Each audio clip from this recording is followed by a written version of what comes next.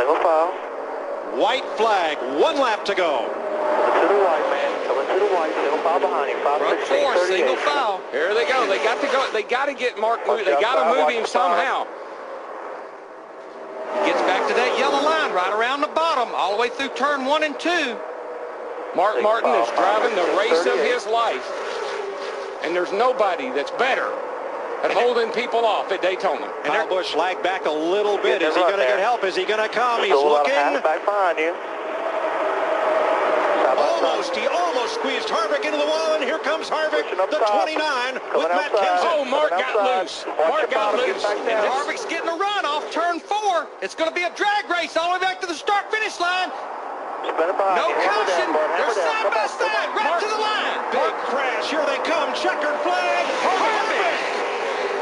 Kevin Harvick wins the Daytona 500. We got one car on his roof coming across the start-finish line. Still wrecking. They're wrecking everywhere. Bowyer's on fire. Jeff Gordon's wrecked. And they are still wrecking.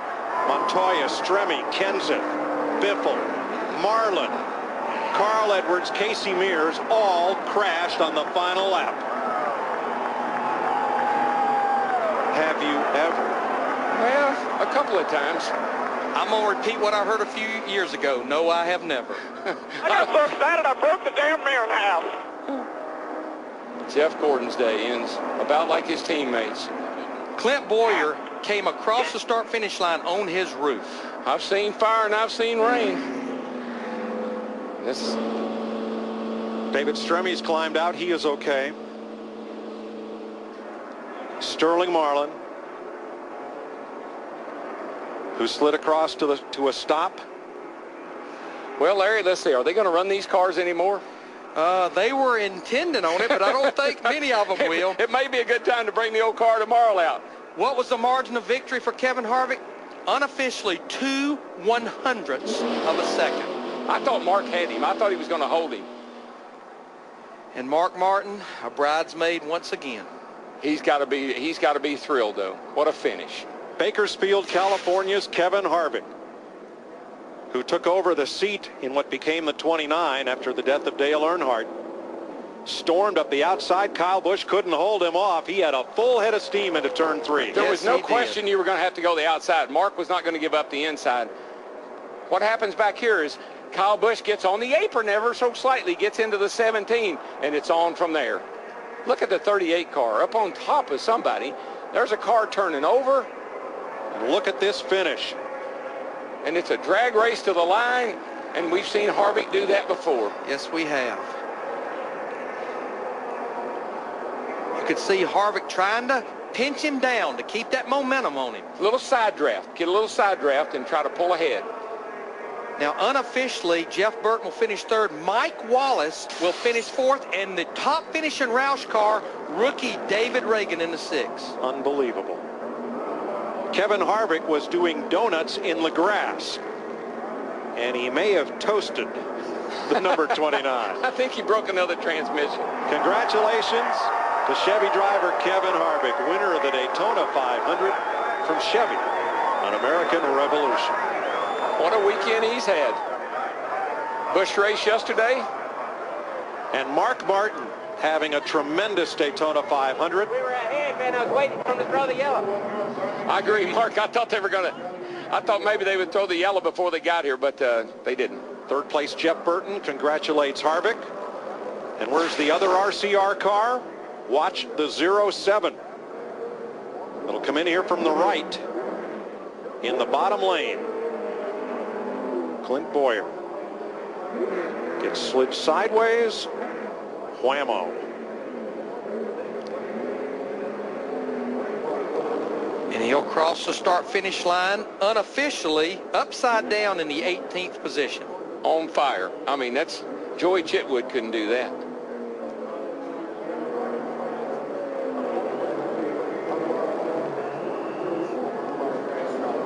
Bowyer making a hasty exit through a small window opening. That's one of the things that's going to be addressed by the car of tomorrow. Yeah, I'm just glad he's landed back on his wheels with that fire, because he didn't want to be trapped down in there. NASCAR did such a great job.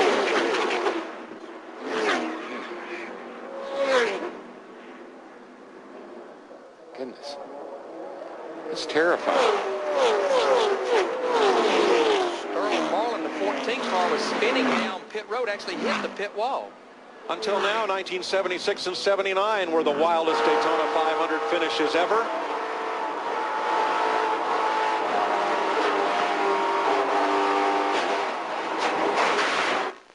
New one for the record books. Matt is with Mark Martin. And he's climbed from the car. You can see the disappointment on he and his crew members' faces. Mark, first off, take us on that last lap. It looked like basically you had the 5 covered. And then out of nowhere comes the 29. Well, we saw him up there, and we just doing everything we could. You know, it was a Daytona 500, man. I just want to thank Bobby again and everybody again racing, and especially the U.S. Army team. I'm so proud to be a part of this team. They gave me a chance at the Daytona 500. That's all I ever asked. I really hate I let them down.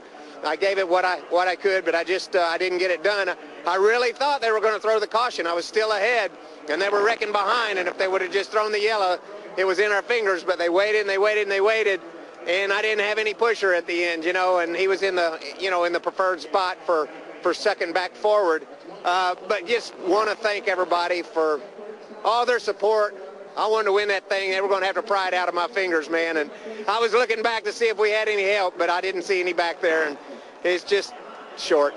You always try to compartmentalize everything, but did you let yourself begin to think maybe this is the year, looking at the situation? Hey, this is green-white checkered in the Daytona 500. I knew we had, you know, I knew the race was on, and man, we got so far down the line.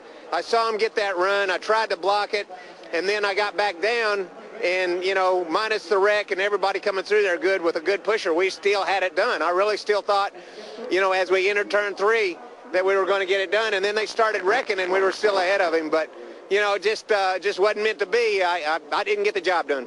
Mark Martin finishes second in the Daytona 500. But boy, he did a whale of a job. You see Kevin Harvick's car sitting in Gatorade Victory Lane.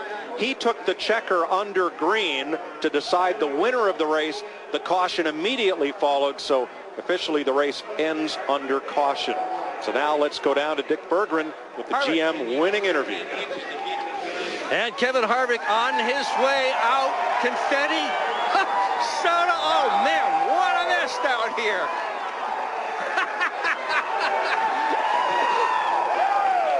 Hey, Kevin, where did you get that head of steam at the end of the race to win the Daytona 500? Well, I had Jeff Burton behind Matt Kenseth, and Kenseth just pushed the hell out of me there. This Shell Pennzoil Chevrolet got a little hot.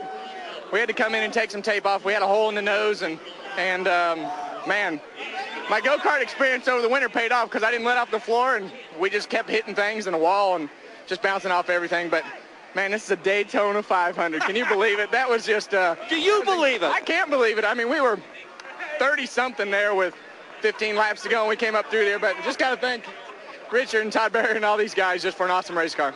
Congratulations to you. you. Well done. Mike? Protege of Rick Corelli, the Bakersfield, California racer, wife Delana embracing him.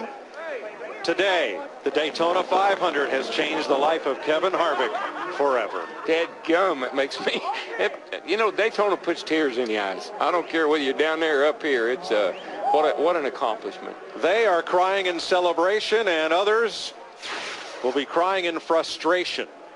Let's have a look at what happened here on the final lap. Look where Harvick is, coming down the back.